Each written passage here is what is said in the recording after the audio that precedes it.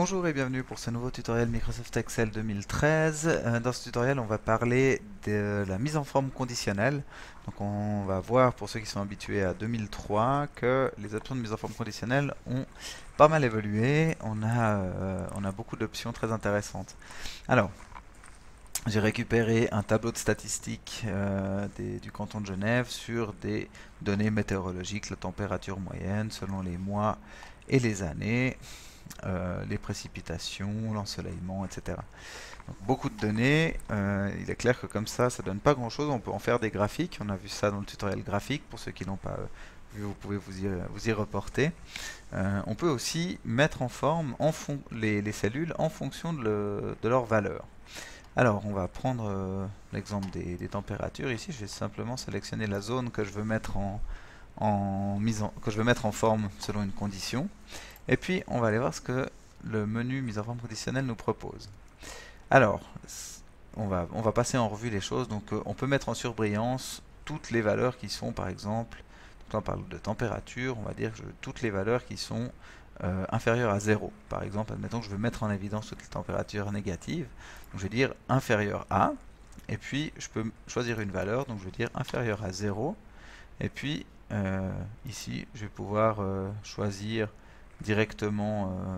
Il me propose des choses qui souvent fonctionnent, puis sinon je peux faire format personnalisé, puis je vais dire que tout ce qui est en dessous de 0, je vais mettre ça avec un remplissage bleu ciel au fond. Ok, ok. Donc dans ma sélection, voilà les trois seules cellules qui étaient en dessous de 0. Maintenant, si je veux revenir sur ce que j'ai fait, alors, je vais aller dans mise en forme conditionnelle. Alors, ce qui est important, c'est que si maintenant je vais essayer une autre mise en forme conditionnelle, il va me la rajouter par-dessus celle que j'ai déjà faite. Chaque fois que j'en fais une, j'ai une nouvelle règle qui vient. Alors, ce qui est important de faire, c'est d'aller voir toujours dans Gérer les règles tout en bas, et on voit que j'ai une règle ici qui est activée. Si j'en avais une deuxième, j'aurais une deuxième en dessous, etc. Alors, je vais supprimer celle-là, supprimer la règle, appliquer. Voilà, comme ça, j'ai plus de mise en forme conditionnelle. Donc, on a vu comment mettre en forme des valeurs supérieures à, inférieures à, entre telle et telle valeur, égale à une valeur, du texte qui ne contient pas, une date qui se produisait, etc. Il y a encore plein d'autres propositions.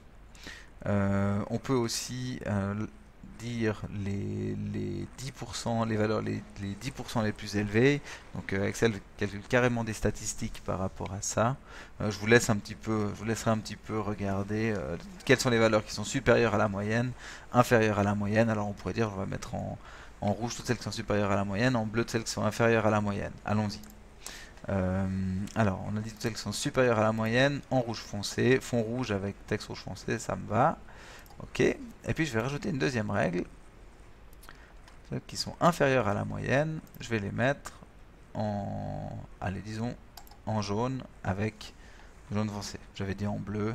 Alors si je veux le faire en bleu, format personnalisé, remplissage, bleu ciel, police, bleu foncé.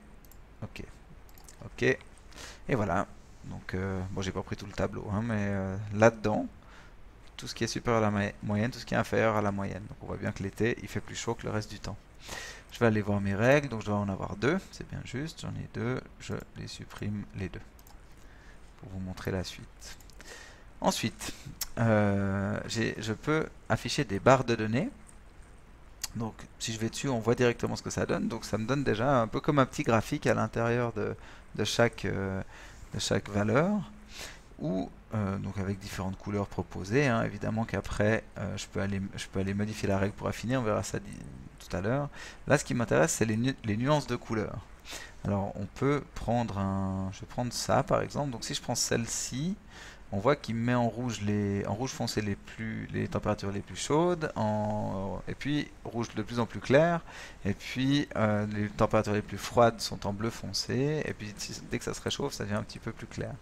Alors je vais prendre ça, et puis on peut le personnaliser, parce que là on ne sait pas trop à quel moment il passe du bleu au rouge, donc ça on peut le décider en allant dans Gérer les règles. On voit que j'ai cette règle là, je peux soit double-cliquer dessus, soit la sélectionner puis faire modifier la règle.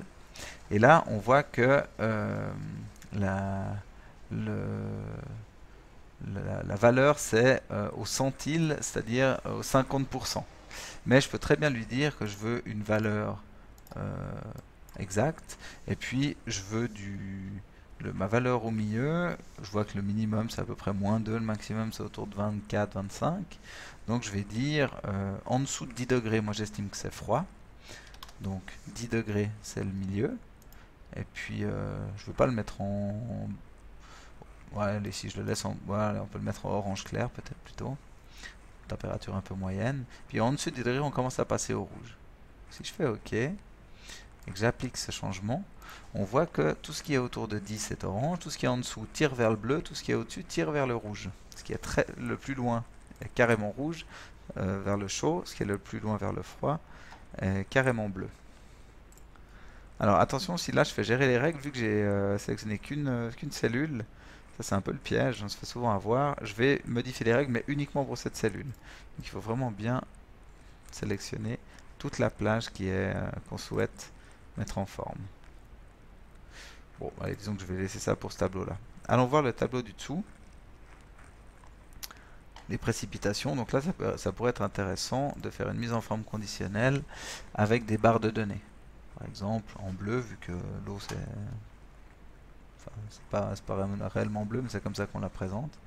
Donc là, si je mets des mises en forme avec barres de données, ouais, on voit que c'est pas mal.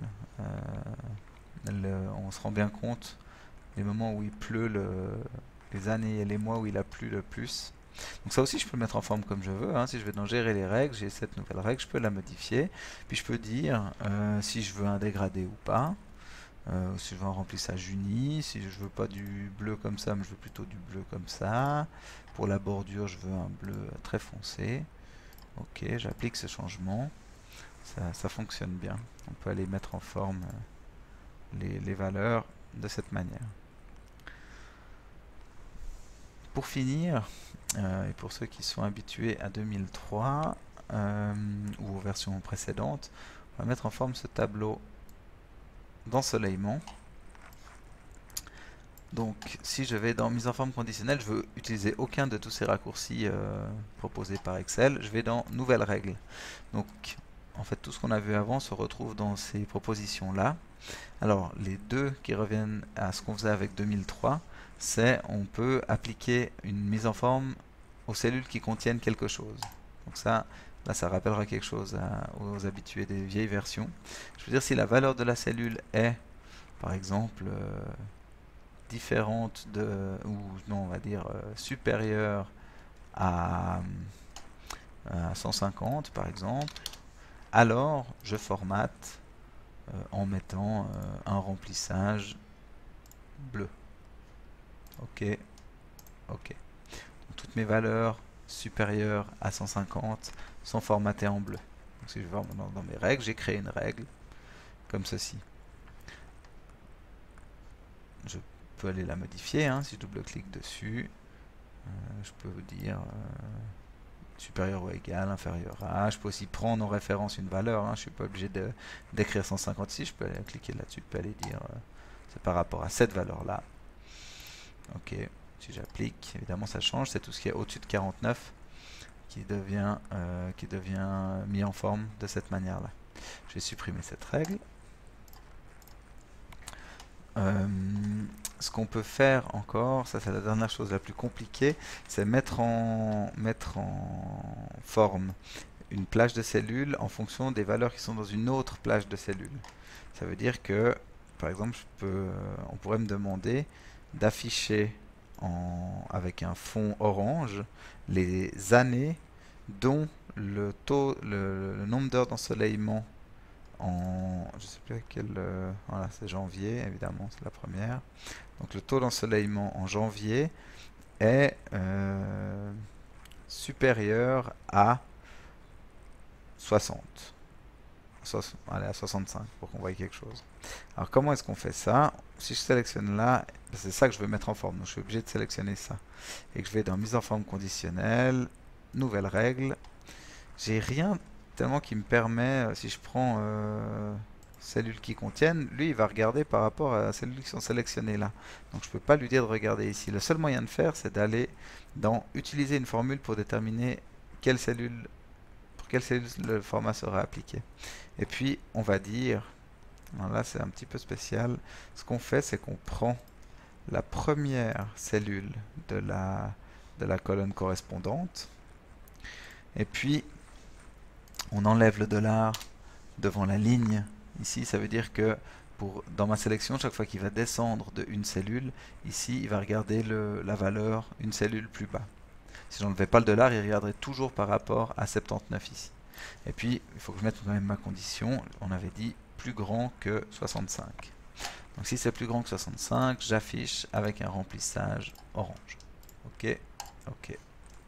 Est-ce que ça marche bien? Là, c'est plus grand que 65, orange. Plus petit que 65, c'est pas orange. Plus grand que 65, orange, etc. Donc ça fonctionne bien. Je remontre une fois. Donc dans mes règles, ici, donc on sélectionne, on prend la première cellule de la colonne où on doit regarder les données. On a égal, on enlève le dollar devant la ligne parce qu'on passe chaque fois à la ligne suivante. Et puis ensuite la condition, plus grand que 65. Ça c'est un petit peu plus avancé, mais c'est assez utile. On peut l'utiliser assez régulièrement. Voilà, je vous invite vraiment à aller farfouiller ce menu mise en forme, faire des essais. N'oubliez pas à chaque fois d'effacer vos règles, d'aller voir quand vous faites un nouvel essai, parce que si les règles se superposent, au bout d'un moment, on ne comprend plus rien. Voilà, je vous remercie de m'avoir écouté et je vous donne rendez-vous pour un prochain tutoriel.